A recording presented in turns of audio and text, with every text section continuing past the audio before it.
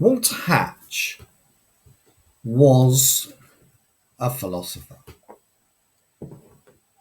He was also an educator. And I take that to mean that he had two lives: a theoretical life as a philosopher and a practical life as an educator. And he was an earnest activist on the one hand, but a scholar on the other. And he didn't see any discontinuity between the two. And the idea which possesses him, according to his brother, is that education, as it was practiced in his time in England, was based on a mischievous separation of moral from religious culture. So his big idea is to harmonize the moral and the religious. And that's why, for example, he has a lot of emphasis on the chapel when he is designing a school. And the energy that you notice in his whole career is driven by a sense of Christian virtue.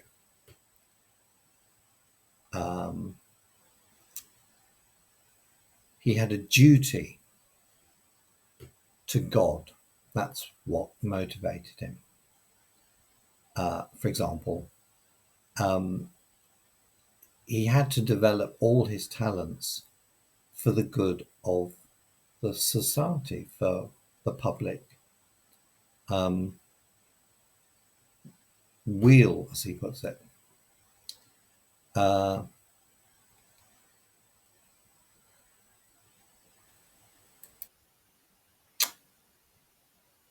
So, one of the things that he has a talent for has received the label metaphysical imagination. That's the label he gives it himself. So, in the preface to his translation of Aristotle, he says, whether it be that the mind of an average Greek student was capable of greater concentration than the mind of an average English student, or that what remains is rather a rough draft than a completed treatise, there is no doubt that the style of Aristotle's work is to most modern readers intricate and obscure. A considerable fund of metaphysical imagination is necessary in order to give a logical coherence to his expressions. But the metaphysical imagination is confined to the few. The ordinary reader needs not only definite expressions and clear ideas, but also that the sequence and interdependence of those ideas should be clearly marked. So, you can see there he is drawing a distinction between a small elite of super thinkers like himself and the vast mass of ordinary educated students. And that's why he feels he must harness his talent as a super thinker to explain difficult people like Aristotle. Now, let's look at logical coherence. That consists of two different elements, I would argue. The first is you have to express something that's clear in meaning to an ordinary reader. So barriers of jargon, specialized terms of art, technical terms have to be removed. And the meaning you convey must be capable of being conveyed within a vocabulary and conceptual scheme that uneducated people can understand. And the second aspect of it is you are showing how the ideas that you're talking about relate to each other. So you're expounding a structure of concepts without obscurity, which is actually quite difficult to do for people who are not very abstract thinkers. So it's very, very ambitious what he's claiming he can do. Um, it requires considerable intellectual powers on his part. And you have to be very well versed in theoretical speculation to be able to do it. But the the drive to do it is really important. It's very practical because you're trying to help other people to see the wisdom of Aristotle. You're trying to make it available to everyone. It is Aristotle for all is the important thing.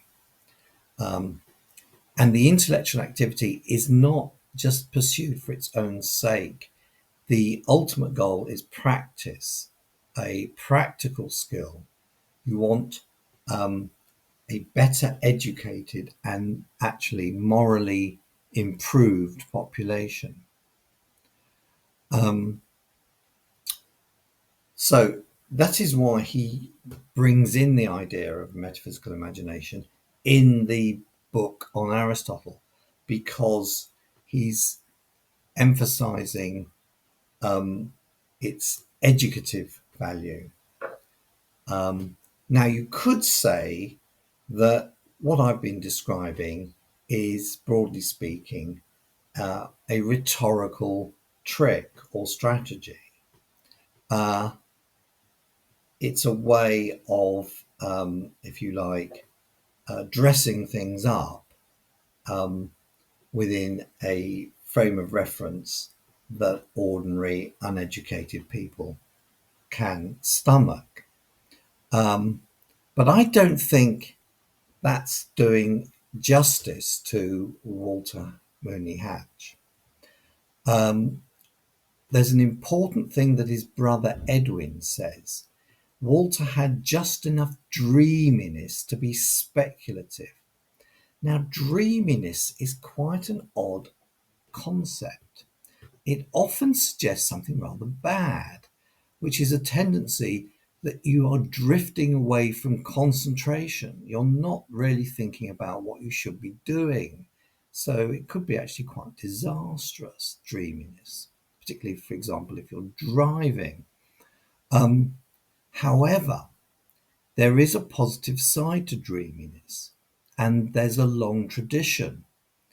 And a good example of dreaminess in the philosophical tradition is Plotinus, a Greek philosopher of the 3rd century AD.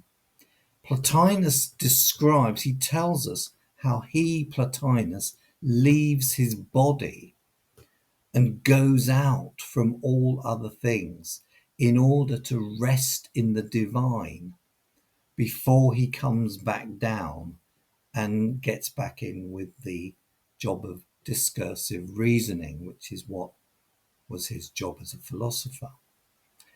And this appears, interestingly enough, something very similar in the Aristotle book of Hatch. And this is from a part that was actually translated by Morshed, his collaborator. And it's from chapter 7 of book 10, where he says that the life of philosophic meditation is the life of the gods. The gods should be our pattern. It's the gods to whose level we should aspire. And we shall be blessed in proportion as we approach them. and we shall approach them in proportion as we share their beatific vision.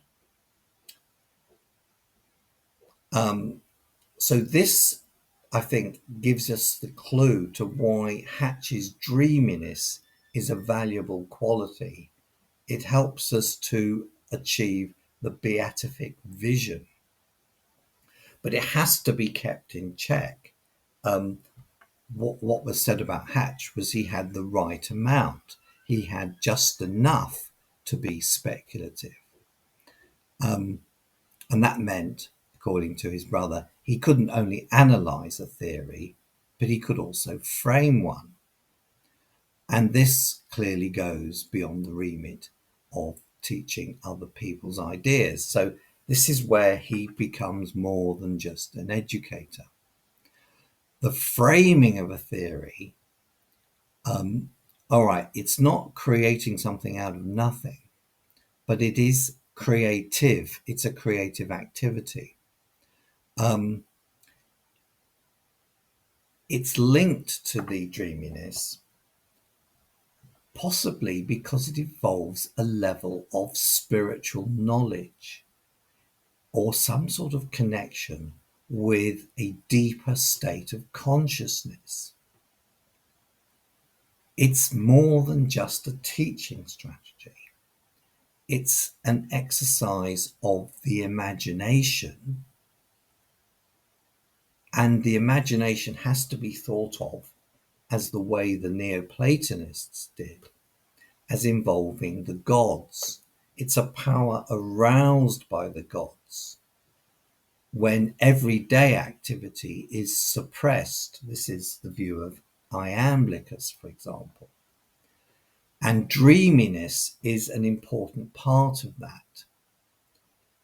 And Synesius says we must learn from ineffable philosophy. That is philosophy by which the spirit of the imagination is purified through rites, rites, rites, and becomes possessed by God. So it's actually literal enthusiasm, being possessed by God, that is achieved. Now, Edwin Hatch is a totally orthodox Anglican clergyman and theologian, and he would not be praising the dreaminess of Walter Hatch if there was anything pagan or disreputable about it.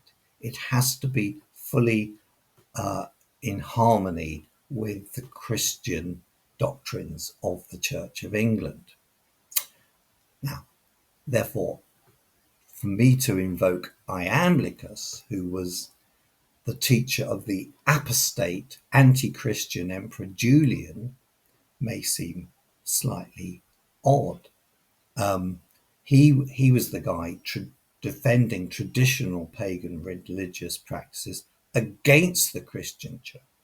He was against the Christian church. But Synesius, who I also quoted, he was a Christian bishop, and he can be absolutely embraced by the Anglican Church. He was happy to accept Iamblichus's view of a imagination inspired by gods, but he reinterprets it in terms of the Holy Spirit. So for Christians, what we're talking about here is the spirit of truth, which guides Christians into the truth. And Hatch himself is good evidence for this. He makes this view of inspiration by the Holy Spirit explicit in the 7th sermon included in his book Early Counsels. This is the book of sermons he preached when he was headmaster at Stony Stratford. And he calls it spiritual worship. And he quotes the Bible, St. John's Gospel, verse 24 of chapter 4. God is a spirit, and they that worship him must worship him in spirit and in truth. We cannot, he says, worship God in truth unless our worship is directed by the great illuminator, shedding the glorious light of God's own truth upon the soul and making us see with a certainty beyond all reason and beyond all intuition the way in which we can do that which is pleasing in God's most holy sight. So, Walter Hatch's characterization of his metaphysical imagination should not be accepted uncritically. He's not simply an educator, a pure expositor of Aristotle's philosophy without any creative ambitions of his own. He may, in fact, be just being excessively modest. And bearing in mind that where active creativity and passive exposition meet is a very difficult line to draw. So let's look at what his closest friend said about him in the sermon he delivered a week after Walter's death. He said that Walter Hatch, when once he knew a thing to be right, nothing stopped him. He was ready to dare anything.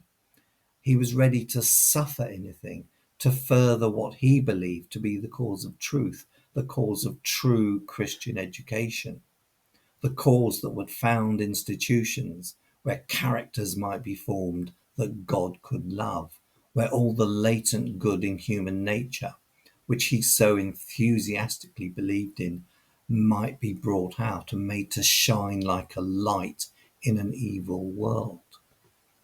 And this accords with what I've said already. Truth is the guiding principle for Hatch, Christian truth.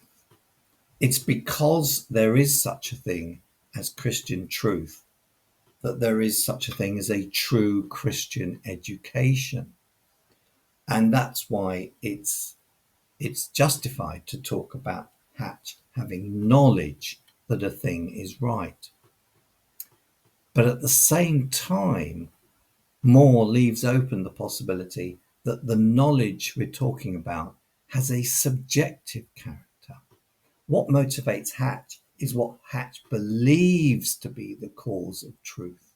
And this leaves it an open question whether Hatch had any philosophical justification which we could accept nowadays for his moral teaching beyond his simple faith in the authority of the Church of England. And that is a very interesting question indeed, and a good place to stop.